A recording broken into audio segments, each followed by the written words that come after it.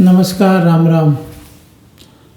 आज मैं आपको दूर दराज क्षेत्र में बसे एक अनोखे अद्वितीय गांव की कहानी सुनाने जा रहा हूं। उस गांव का नाम था उलझनपुर। वह गांव अपनी उलझनों की वजह से प्रसिद्ध था।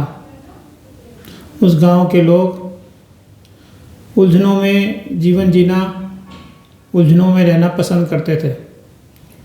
उस गांव में उलझनें हमेशा बनी रहती थी, मगर वहाँ के गांव के लोग उन उलझनों को उलझने ना समझकर अपने जीवन का एक अंग समझते थे।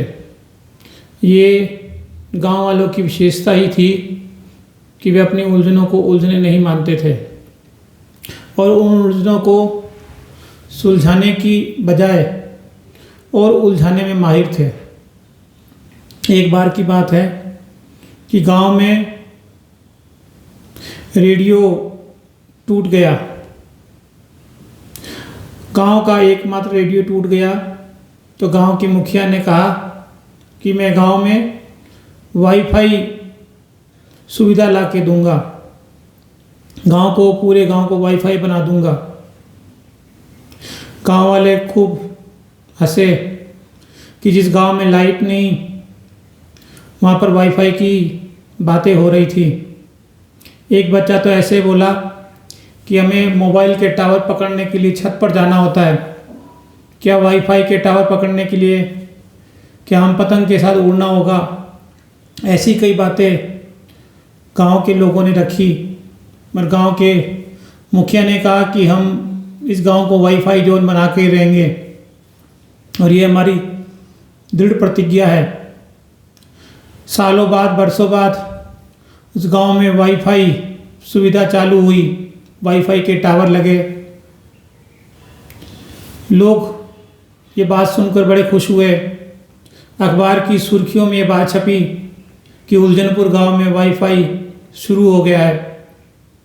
बड़े बड़े अक्षरों में ये बात लिखी गई और किसी व्यक्ति, किसी संस्था को क्रेडिट भी दिया गया कि देश का पहला गांव है उलझनपुर जो वाईफाई से लैस हो चुका है। मगर गांव वाले मायूस हो गए ये सुनकर कि वाईफाई तो आ चुका है, मगर वाईफाई का पासवर्ड प्राप्त नहीं हुआ है। गांव वाले पासवर्ड ढूंढने लगे, अपने हिसाब से पासवर्ड लगाने लगे। ऐसा कोई पासवर्ड नहीं था जो गांव वालों ने लगाया ना हो। सारे पासवर्ड गांव वालों ने लगा लिए, मगर वाईफाई चलने का नाम नहीं ले रहा था।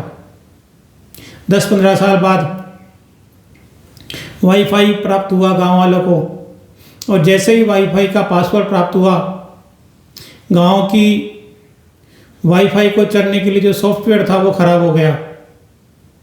गांव वाले फिर उसी निगाह से उस वाईफाई को देखते, निहारते, उस वाईफाई के बारे में विशेषज्ञता हासिल करते, मगर वाईफाई चल नहीं रहा था, वो वाईफाई ऐसे ही पड़ा था। तो ये कहानी काल्पनिक कहानी है।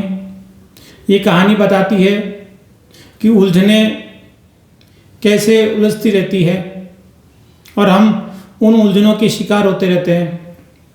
हर गांव में, हर शहर में सरकार एक प्रोजेक्ट लाती है, चाहे वो सड़क का हो, चाहे पानी का हो, चाहे मास्टर प्लान संबंधित हो, और उसमें ऐसे पासवर्ड और ऐसे सॉफ्टवेयर डाले जाते हैं जो समय के साथ साथ एक्सपायर हो जाते हैं या समय पे आते ही नहीं हैं, और 1 पीढ़ी, 2 पीढ़ी, 3 पीढ़ी उस वाईफाई का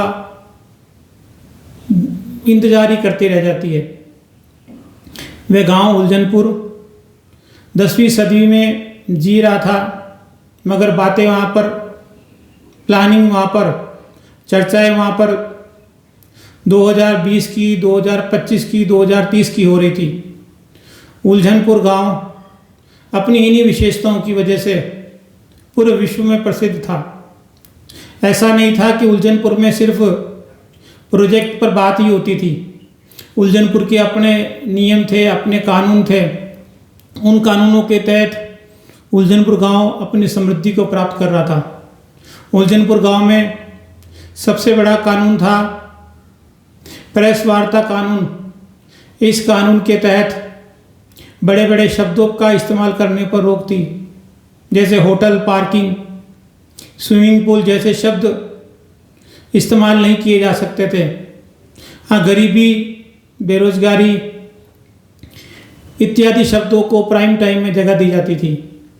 महिला संरक्षण कानून उलझनपुर गांव का एक विशेष कानून था, जिसमें महिलाएं किसी भी डेसिमल पर जाकर अपनी बात रख सकती थी।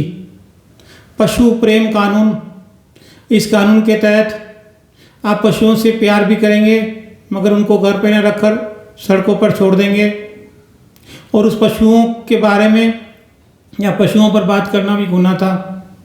पर्यावरण संरक्षण कानून, इस कानून के तहत पर्यावरण की देखभाल करना आपका एक मौलिक और संवैधानिक दायित्व था।